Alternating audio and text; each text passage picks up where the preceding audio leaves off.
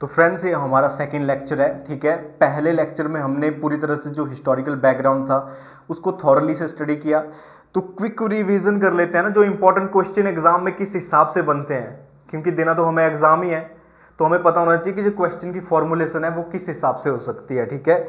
जो जो बातें मैंने कल करी थी आपके साथ वो क्या था कि मैंने बताया था कि भारत में अंग्रेज आए थे, तो सबसे पहला क्वेश्चन है कि ईस्ट इंडिया कंपनी अंग्रेजों ने कब लगाई थी भारत में, तो वो 1600 में लगाई थी। क्वेश्चन ऐसा आता है ना कि जो अंग्रेजों की ईस्ट इंडिया कंपनी है वो कब लगी है, 1600 में लगी है। फिर उसके बाद सूरत में, ठीक है, 1613 में फैक्ट्री लगी है, ठीक है। दो क्वेश्चन बनते हैं कि फैक्ट्री कब लगाई गई, 1613 में कहां लगाई गई, सूरत में, ठीक है। उसके बाद मैंने 1757 की लड़ाई के बारे में बताया था, 1757 बैटल ऑफ प्लासी हुआ था, जो चेंजिंग मूवमेंट रहा अंग्रेजों के लिए। उससे पहले इतनी पावर नहीं थी उनके पास, ठीक है। तो बैटल ऑफ प्लासी किसके बीच हुआ था, सिराज उद दौला और रॉबर्ट क्लाइव की फोर्सेस के बीच में, ये क्वेश्चन है। फिर उसके बाद और एक और क्वेश्चन है जो काफी रेयर है, ठीक है, कि ये भारत की एकमात्र ऐसी लड़ाई है जो बिना युद्ध लड़े ही जीत ली गई, ठीक है। इसमें कोई भी एमुनिशन, गोला बारूद यूज नहीं हुआ है, एक षड्यंत्र के तहत ही इसे जीत लिया गया था। और जो तीसरा क्वेश्चन है 1765 में क्या हुआ है, बैटल ऑफ बक्सर हुआ है, ठीक है। पहला क्वेश्चन तो ये कि बक्सर का युद्ध कब हुआ था, 1764 के बीच में, ठीक है, सॉरी 1764 में हुआ था। किसके बीच में, अंग्रेज और तीन फोर्सेस के बीच में, ठीक है, जिसमें नवाब of Awadh Shuja ud Daula, Nawab of Bengal Mir Qasim और शाह आलम मुगल एम्परर के बीच में। और फिर अंग्रेज जीते थे, फिर इलाहाबाद में समझौता हुआ था रॉबर्ट क्लाइव का शाह आलम और नवाब ऑफ अवध के साथ, ठीक है। फिर उसके बाद ड्यूल गवर्नमेंट आई है, तो ऐसा पूछा जाता है कि ड्यूल गवर्नमेंट का काल कौन सा रहा है, ठीक है। 1765 से 1772 तक ड्यूल गवर्नमेंट है। और क्वेश्चन पूछे जाते हैं कि अंग्रेजों को कौन सी पावर मिली थी इसके बाद, तो अंग्रेजों को बंगाल में दीवानी पावर मिली थी, ठीक है, दीवान। और दीवानी क्या होता है, रिवेन्यू और फिनांस, जो पैसों का मामला है उसे समझाना, उसको हैंडल करना। और जो नवाब था बंगाल का, उसको टेरिटोरियल पावर दी गई, जो भी जमीनी पावर होती है, ठीक है। और उसके बाद सबसे इंपॉर्टेंट क्वेश्चन, फिर उसके बाद जो एक्ट से थे, मैंने कहा था कि सबसे पहला जो एक्ट आया है वो 1773 में आया है। तो इस एक्ट से कुछ क्वेश्चन बनते हैं एग्जाम में। तो भारत में सबसे पहले सुप्रीम कोर्ट की बात किस एक्ट में हुई है, ये क्वेश्चन है। तो वो 1773 के रेगुलेटिंग एक्ट है, जिसके तहत सुप्रीम कोर्ट ऑफ कैलकाटा बनाया गया। और कब, 1774 में, ठीक है। और साथ में इसी एक्ट में गवर्नर जनरल ऑफ बंगाल की पोस्ट बनाई गई। तो सबसे पहले गवर्नर जनरल ऑफ बंगाल कौन थे, वॉरेन हेस्टिंग्स। तो ये दो इंपॉर्टेंट बातें इस एक्ट से हैं। और 1784 में ब्रिटिशर्स ने अपनी कमर्शियल और पॉलिटिकल फंक्शन को अलग कर दिया गया, ठीक है। तो इसमें पूछा जाता है कि बोर्ड ऑफ कंट्रोल्स कब अपॉइंट हुए, ठीक है। तो 1784 के पिट्स इंडिया एक्ट में आए हैं, जो मैंने बताया था डिटेल में, ठीक है। तो उसके बाद जो अगला इंपॉर्टेंट है वो 1833 है। तो इंपॉर्टेंट क्वेश्चन यही आता है कि इस एक्ट में गवर्नर जनरल ऑफ इंडिया की पोस्ट को क्रिएट किया गया, ठीक है।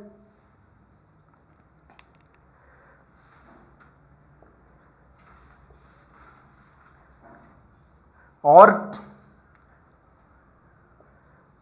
1853 के एक्ट से क्वेश्चन पूछे जाते हैं कि सबसे पहले सिविल सर्विसेज की परीक्षा को ओपन कंपटीशन में लाया गया, वो कब लाया गया, 1853 के एक्ट में। और मकाउले कमेटी बनाई गई।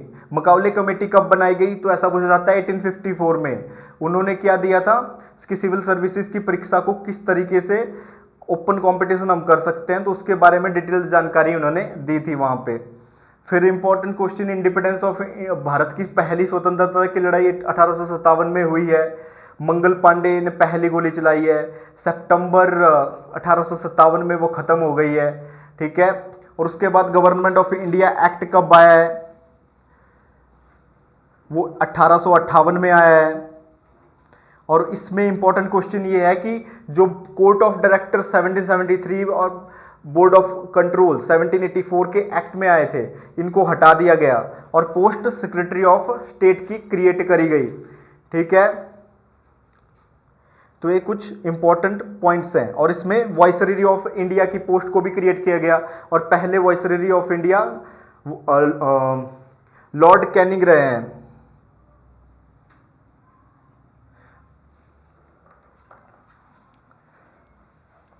और उसके बाद 1861 का एक्ट मैंने बताया था, जिसमें नॉन ऑफिशियल भारतीय मूल के इंसानों को एंट्री दी गई। और वो पहले 3 इंसान कौन थे? तो ऐसा पूछा जाता है उनका नाम, राजा ऑफ बनारस, महाराजा ऑफ पटियाला और सर दिनकर राव। ठीक है।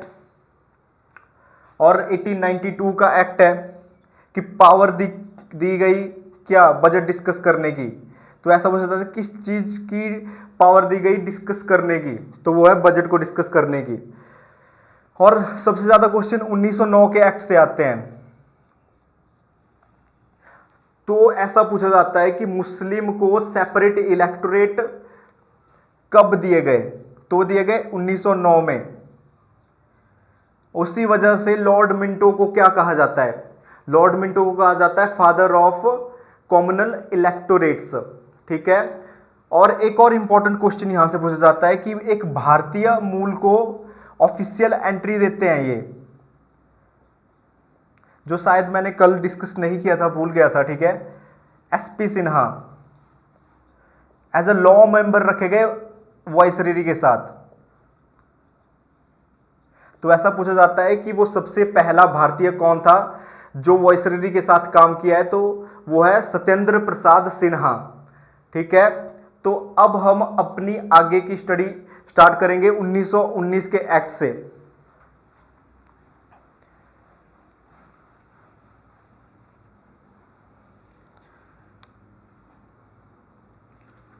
देखो 1919 का एक्ट बहुत बड़ा एक्ट साबित हुआ है। ठीक है। इससे पहले एक डेट याद कर लो, अगस्त 20 1917। अगस्त 20 1917 को आई थी मोंटागू की स्टेटमेंट। तो ऐसा पूछा जाता है क्वेश्चन कि मोंटागू की स्टेटमेंट कब आई है? तो वो आई है अगस्त 20 1917 में। बेसिकली स्टेटमेंट में था क्या? मोंटागू ने ये बताया है कि हम एक रिस्पॉन्सिबल गवर्नमेंट लेकर आ रहे हैं, एक ऐसी सरकार लेकर आ रहे हैं जो लोगों का ख्याल रखेगी, लोगों की जो ग्राउंड प्रॉब्लम्स है उसको सॉल्व करेगी और काफी ज्यादा रिफॉर्म्स मिलेंगे। तो ऐसा प्रॉमिस किया था अपनी स्टेटमेंट में मोंटागू जी ने। और फिर 1919 में एक्ट आता है 1919 में, जिसे मोंटागू कैम्सफोर्ड रिफॉर्म भी कहते हैं। क्वेश्चन आता है कि मोंटागू कैम्सफोर्ड रिफॉर्म्स कब आए हैं? तो वो आए हैं 1919 में। तो सबसे पहले इस एक्ट को अच्छे से देख लेते हैं कि इसमें क्या क्या बातें बताई गई हैं।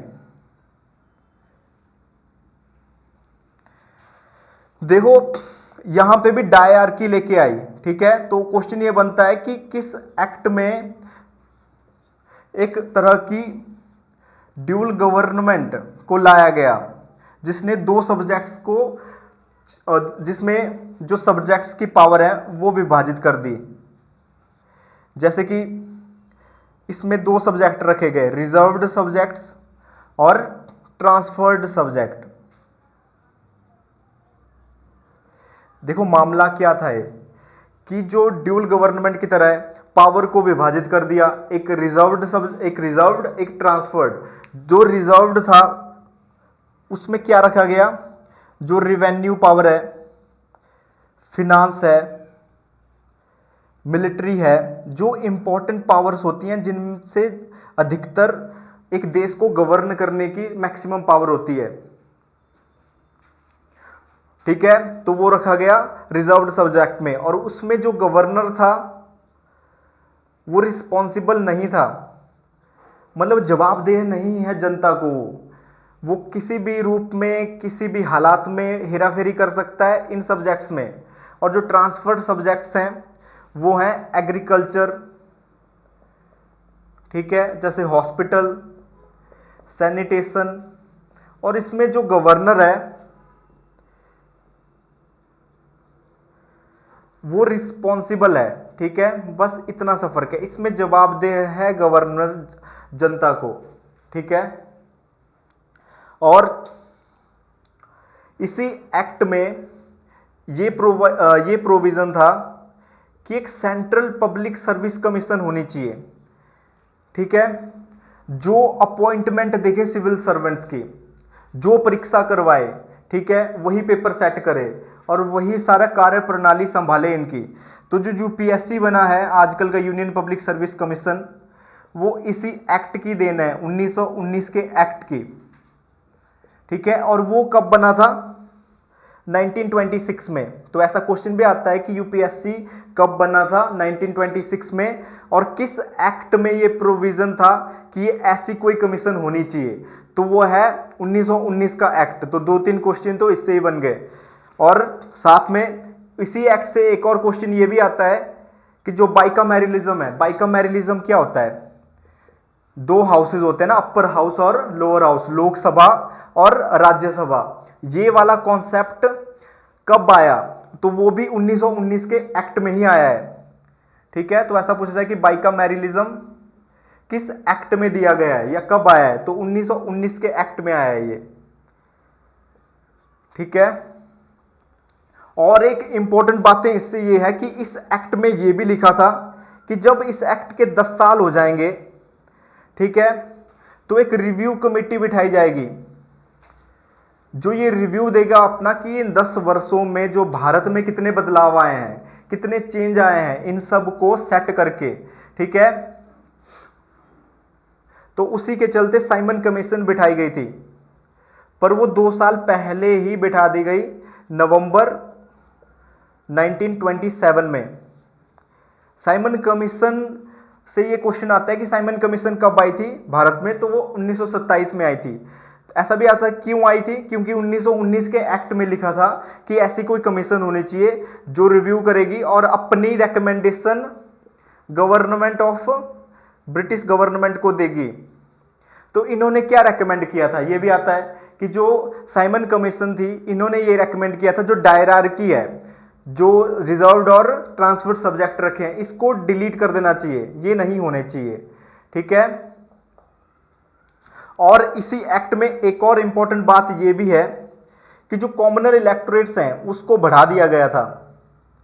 देखो, जैसे मैंने बताया था कि 1909 के एक्ट में कॉमनल इलेक्टोरेट्स मुस्लिम को दे दिए थे। और मैंने बताया था कि कॉमनल इलेक्टोरेट्स क्या होते हैं, कि मुस्लिम का कोई अगर इंसान इलेक्शन में खड़ा है तो मुस्लिम वर्ग के लोग ही उसे चुनेंगे। कोई हिंदू या कोई मुस्लिम हिंदू या सिख या ईसाई उसके इलेक्शन में पार्टिसिपेट नहीं करेगा, तो उसके जीतने की प्रोबेबिलिटी क्या है? बहुत ज्यादा है। तो उसी तरह से कॉमनल इलेक्टोरेट को इन्हांस करने की बात करी कि सिख को भी होना चाहिए, एंग्लो इंडियंस को भी होना चाहिए, ठीक है। तो इन सेक्शन को भी कॉमनल इलेक्टोरेट्स बढ़ा दिए गए इस एक्ट में, ठीक है। और रेकमेंडेशन साइमन कमीशन की ये भी थी, जो कि कॉमनल इलेक्टोरेट चलाते आ रहे हो आप, इसको कैरी रखिए। तो ये सारी बातें इंपॉर्टेंट है 1919 के एक्ट से। और बाकी के जो हिस्टोरिकल पॉइंट है ना, उसे हम हिस्ट्री के लेक्चर में पूरा करेंगे। अभी जो हमारे पेपर के लिए जरूरी है वो है 1935 का एक्ट। सबसे इंपॉर्टेंट एक्ट है ये, क्योंकि हमारा जो भारतीय संविधान बना है 50 से 60% इसी एक्ट से बना है। देखो, 1935 में 321 सेक्शन थे। तो एक क्वेश्चन पूछे जाते हैं कि कितने सेक्शन थे इस एक्ट में? 321 सेक्शन। और क्वेश्चन पूछा जाता है कि कितने स्केड्यूल थे इस एक्ट में? तो 10 स्केड्यूल थे, ठीक है। खुद में ही एक बहुत बड़ा कॉन्स्टिट्यूशन था, ये बहुत बड़ा डॉक्यूमेंट था जिसमें बहुत सारे रिफॉर्म्स और कॉन्स्टिट्यूशनल संवैधानिक बातें लिखी गई थी। देखो इस एक्ट में क्या क्या मिला है हमें, उन पॉइंट्स को याद रखना जरूरी है। इस एक्ट में यह बताया गया जो करेंसी है भारतीय मूल की, उसको गवर्न करने के लिए एक रिजर्व बैंक ऑफ इंडिया होना चाहिए, ठीक है।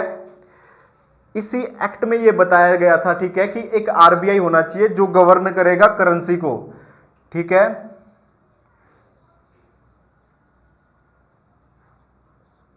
और इसी एक्ट में यह भी बताया गया है कि फेडरल कोर्ट होना चाहिए, फेडरल कोर्ट ऑफ इंडिया होना चाहिए जो जस्टिस देखेगा पूरे भारत को।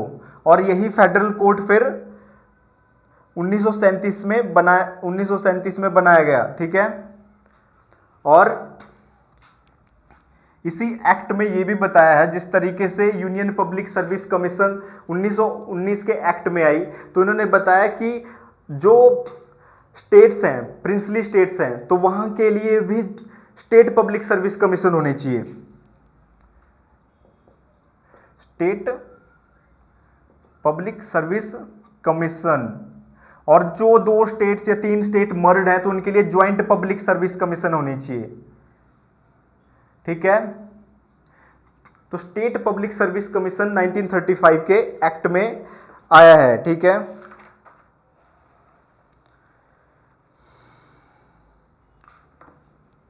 और जैसे बाइकामेरलिज्म कि एक लोअर हाउस और अपर हाउस होना चाहिए, वो 1919 के एक्ट में है, तो इसको 6 स्टेट्स में बढ़ा दिया गया। मतलब ब्रिटेन के अंडर कितनी स्टेट्स थी भारत की उस वक्त? 11 स्टेट्स थी इनके पास, तो 6 स्टेट्स में बाइकामेरलिज्म कर दिया गया, 2 हाउसेस बना दिए गए, ठीक है। और अडल्ट फ्रेंचाइज क्या होता है? ये भी पेपर में पूछा जाता है कि अडल्ट फ्रेंचाइज क्या होता है या आप क्या समझते हो? अडल्ट फ्रेंचाइज होता है जितने भी अडल्ट जनसंख्या है 18 साल से ऊपर, ठीक है, उनको वोट देने का अधिकार होना चाहिए, ठीक है, कि वो अपना नेता खुद चुन सकें, ठीक है। तो उस चीज को अडल्ट फ्रेंचाइज कहते हैं।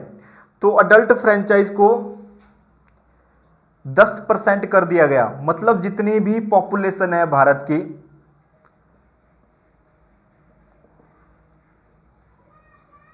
ठीक है, जितनी भी भारत की पॉपुलेशन है 10% पॉपुलेशन को वोटिंग राइट्स मिल चुके हैं अभी। तो 1935 के जो एक्ट्स हैं उससे एक और इंपॉर्टेंट क्वेश्चन ऐसा आता है कि जो आजकल का जो हमें पता है कि सेंट्रल लिस्ट होती है और फिर स्टेट लिस्ट होती है और कॉन्करेंट लिस्ट होती है, जिसे हम फेडरल सिस्टम भी कहते हैं कि सेंट्रल स्टेट में पावर डिवाइडेड है। कुछ इस सेंट्रल लिस्ट में जितने भी आइटम्स हैं उसमें सेंटर कानून बना सकती है, स्टेट लिस्ट में जितने भी सब्जेक्ट्स लिखे हुए हैं जो स्टेट की गवर्नमेंट है वो कानून बना सकती है, और कॉन्करेंट लिस्ट में दोनों गवर्नमेंट कानून बना सकती है। तो ये कॉन्सेप्ट भी 1935 के एक्ट से उठाया गया है, ठीक है। इसी एक्ट में ये बताया गया है कि एक सेंट्रल लिस्ट होनी चाहिए, प्रोविंशियल लिस्ट होनी चाहिए, कॉन्करेंट लिस्ट होनी चाहिए, और रेजिडुअरी पावर्स, जो हमारे कॉन्स्टिट्यूशन में रेजिडुअरी पावर्स हैं, ठीक है। रेजिडुअरी पावर क्या होती है? जो किसी भी लिस्ट में जिस सब्जेक्ट की जानकारी नहीं दी गई है, क्या कोई सब्जेक्ट छूट गया है, तो उस पर कौन पावर बना सकता है? तो 1935 के एक्ट के तहत यह पावर वाइसरॉय ऑफ इंडिया के पास थी, ठीक है। रेजिडुअरी पावर एक ऐसी पावर है कि जिन सब्जेक्ट का उल्लेख हमें किसी भी लिस्ट पे नहीं मिलता है। तो ये सारी बातें इंपॉर्टेंट है स्टूडेंट्स 1935 के एक्ट से, और काफी ज्यादा क्वेश्चन आते हैं 1935 के एक्ट से, ठीक है। अभी जो इंपॉर्टेंट और लास्ट एक्ट है हमारे पास वो है इंडिपेंडेंस ऑफ इंडिया एक्ट 1947।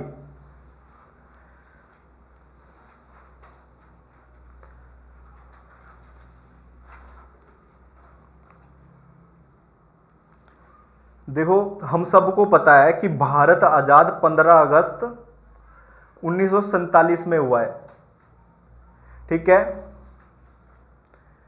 लेकिन उससे पहले क्या था, देखो ये डेट इंपॉर्टेंट है, फरवरी 20 1947।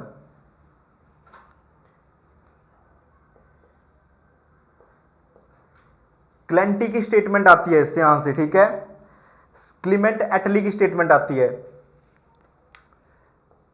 क्लीमेंट एटली कौन थे? ब्रिटिशियस के प्राइम मिनिस्टर।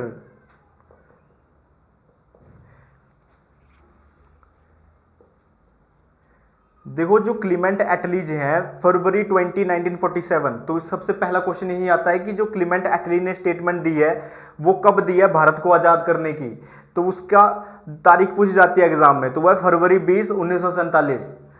इन्होंने क्या कहा था कि जो जून 30 1948 में भारत आजाद होगा, ये इन्होंने बताया था, ठीक है, कि जून 30 1948 में भारत को आजाद कर दिया जाएगा। सारी की सारी जितने भी हमारी पावर्स हैं वो रिस्पॉन्सिबल इंडियन हैंड्स में थमा दी जाएंगी, ठीक है। लेकिन उसके बाद काफी कुछ होता है इतिहास में, ठीक है, कुछ चेंजेस होते हैं जिसे हम पार्टीशन ऑफ इंडिया के लेक्चर में कवर करेंगे। तो आपके लिए फिर बता दूं मैं कि एक और इंपॉर्टेंट डेट है जून 3 1947, जिसमें माउंटबेटन प्लान आता है। माउंटबेटन प्लान, माउंटबेटन उस वक्त भारत के लास्ट वॉइसररी रहे हैं। तो ये क्वेश्चन भी आता है कि सबसे लास्ट वॉइसररी कौन है, तो वह लॉर्ड माउंटबेटन। इन्होंने पार्टीशन प्लान बनाया, ठीक है। इन्होंने कहा कि दो डोमिनियंस होंगे अब, भारत और पाकिस्तान, और आजादी आपको मिल जाएगी अगस्त 15 1947 में, ठीक है। तो उसके बाद फिर फॉर्मुलेट होता है इंडिपेंडेंस ऑफ इंडिया एक्ट 1947, ठीक है।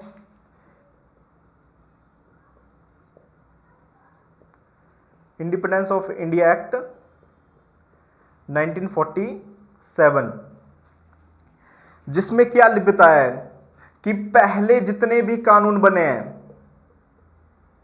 जो ब्रिटेन की गवर्नमेंट ने बनाए हैं, जो भी कॉन्स्टिट्यूशन असेंबली बनी हुई है भारत को संघ बनाने की, जिसे हम अगले लेक्चर में पूरा करेंगे, ठीक है, उसके पास पावर है कि जो भी कानून बने हैं उनको वो रिमूव कर सकती है, ठीक है, हटा सकती है, और अपने कानून जिस तरीके भी वो बनाना चाहते हैं वो बना सकते हैं। और वही बात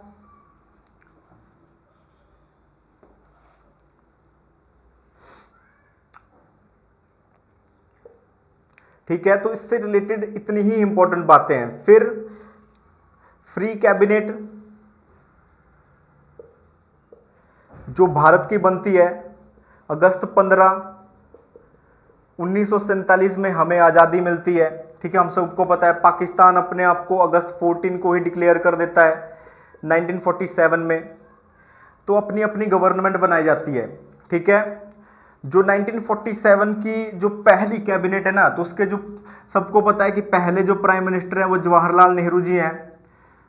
ये साथ में पहले साइंस मिनिस्टर भी रहे हैं, ये भी याद रखना, और साथ में पहले एक्सटर्नल मिनिस्टर ये भी यही रहे हैं। और राजकुमारी अमृत कौर जी,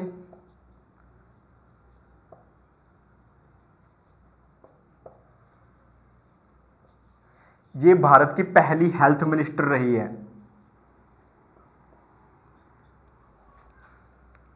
जगजीवन राम का भी पूछा जाता है कि जगजीवन राम भारत के पहले लेबर मिनिस्टर रहे हैं, ठीक है। पहले होम मिनिस्टर सरदार वल्लभ भाई पटेल रहे हैं, ठीक है। जॉन मथाई जी पहले रेलवे एंड ट्रांसपोर्ट मिनिस्टर रहे हैं, ठीक है। बलदेव सिंह पहले डिफेंस मिनिस्टर हैं। तो ये सारे इंपॉर्टेंट बातें थी जो हिस्टोरिकल बैकग्राउंड हमने देखा, ठीक है। उसके बाद हम अगला टॉपिक स्टार्ट करेंगे, making of the constitution assembly, कि किस तरीके से कॉन्स्टिट्यूशन असेंबली आई, क्या क्या रिकमेंडेशन आए, ठीक है। तो उन सब बातों को हम पूरी तरह से डिस्कस करेंगे हमारे अपने अगले लेक्चर में। तो मिलते हैं लेक्चर नंबर 3 पे, ठीक है। I hope you enjoyed. So आज के लिए बाय।